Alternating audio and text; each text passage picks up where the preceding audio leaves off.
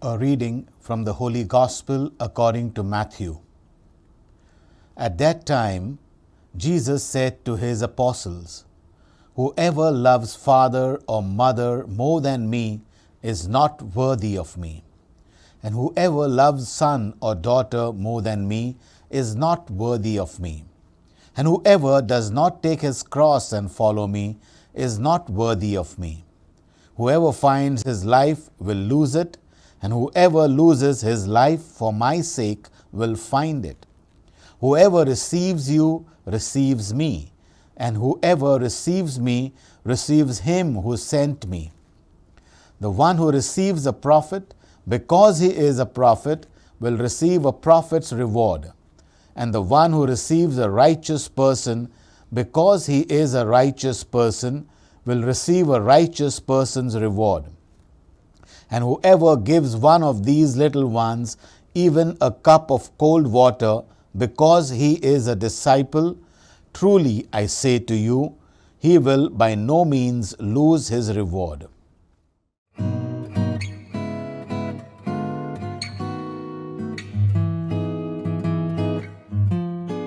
Now I would like to stop the world for just 1 minute and ask you to think back. Think back with me to the first century. Think about those 50 years after Jesus' death and what it must have been like for Jesus' disciples. Before the last one died, their efforts had brought 500,000 men, women, and children into the ranks of the church. But what they had to suffer in order to accomplish this task is seldom discussed. We like the outcome of their discipleship, but we don't want to hear the cost of discipleship. So for the record, here is the cost. History tells us John died of extreme old age, exiled to the island of Patmos. Judas Iscariot, after betraying his Lord, hanged himself. Peter was crucified head downward during the persecution of Nero. Andrew died on a cross at Patrae, a Grecian colony. James, the younger, son of Alphaeus, was thrown from the pinnacle of the temple and then beaten to death with a club. Bartholomew was flayed alive in Albanapolis, Armenia. James, the elder, son of Zebedee, was beheaded at Jerusalem. Thomas, the doubter, was run through the body with a lance at Camandel in East Indies. Philip was hanged against a pillar at Hierapolis. Thaddeus was shot to death with arrows. Simon died on the cross in Persia, what we now call Iran. Matthew was first stoned and then beheaded. What sacrifices? And I ask you why? Why did they choose to die this way? Why desert your father and mother, your wife and child, and your home? Why put up with the constant humiliation and hunger and persecution and defeat, town after town after town? I tell you why. Because, in the words of Apostle Paul, they were held captives by the words and teachings of Jesus Christ. It is Paul's way of saying that they were slaves to Christ. It is quite likely we shall never be tested to the extent that the disciples were, but there are some ways to gauge our commitment. Let's take a look at a couple of these. First, sacrifice is a sign of mature faith.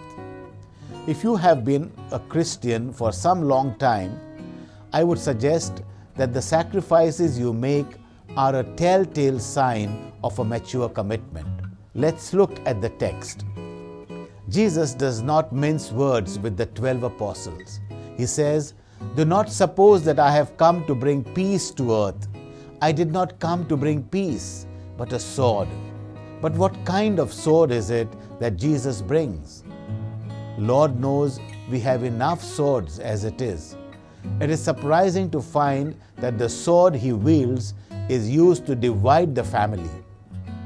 Jesus finished his thought this way, "For I have come to turn a man against his father, a daughter against a mother, a daughter-in-law against her mother-in-law.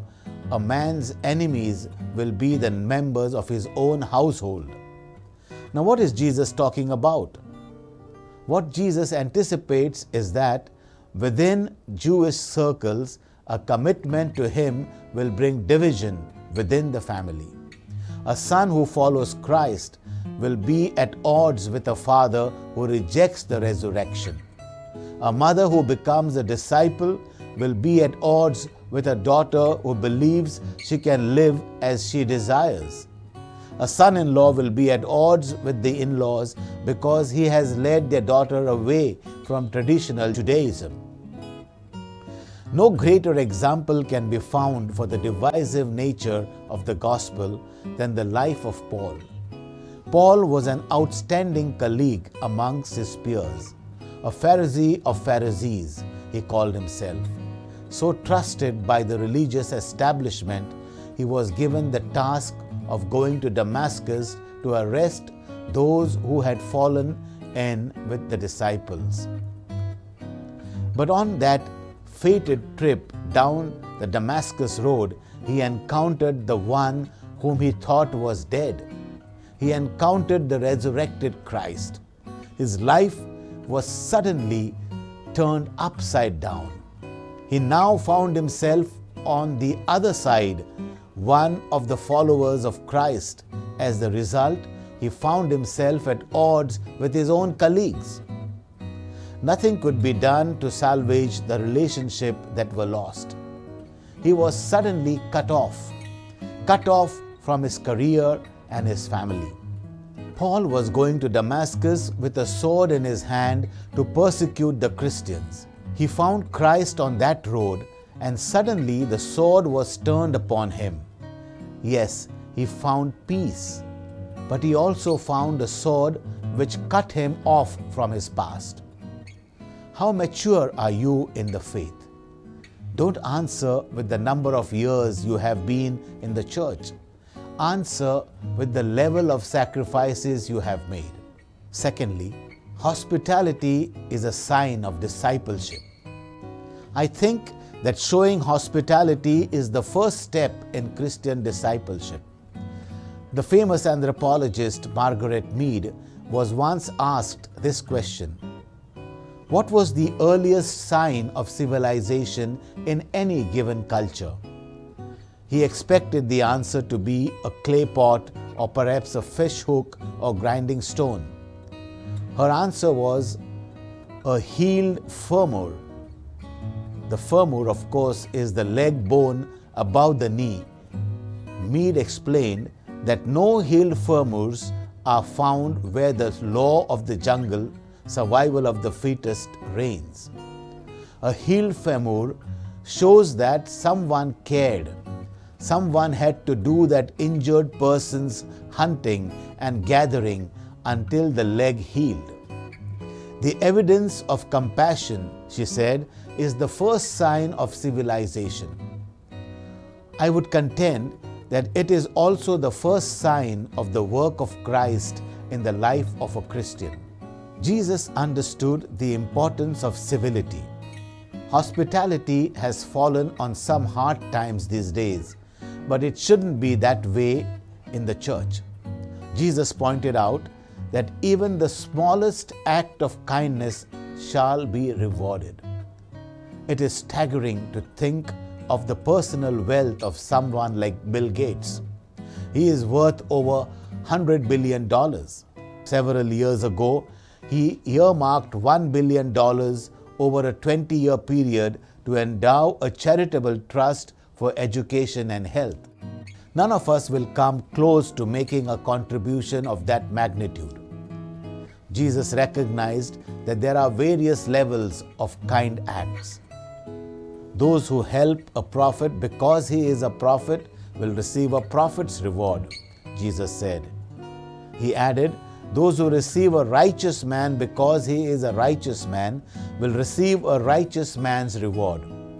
But then he says, And if anyone gives a cup of cold water to one of these little ones," he was talking about those who help his disciples, "I tell you the truth," he concluded, "he will certainly not lose his reward."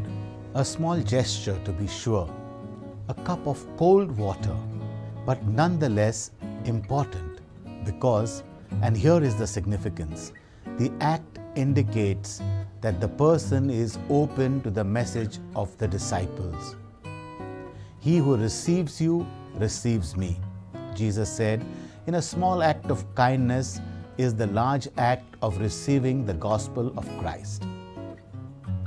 I like the legend about the famous monastery which had fallen on very hard times. Its many buildings were once filled with young monks, and chapel resounded with the singing of the choir. But now it was deserted. People no longer came there to be nourished by the prayer. Only a handful of old monks remained. On the edge of the monastery woods, an old rabbi had built a tiny hut. He came there from time to time to fast and pray.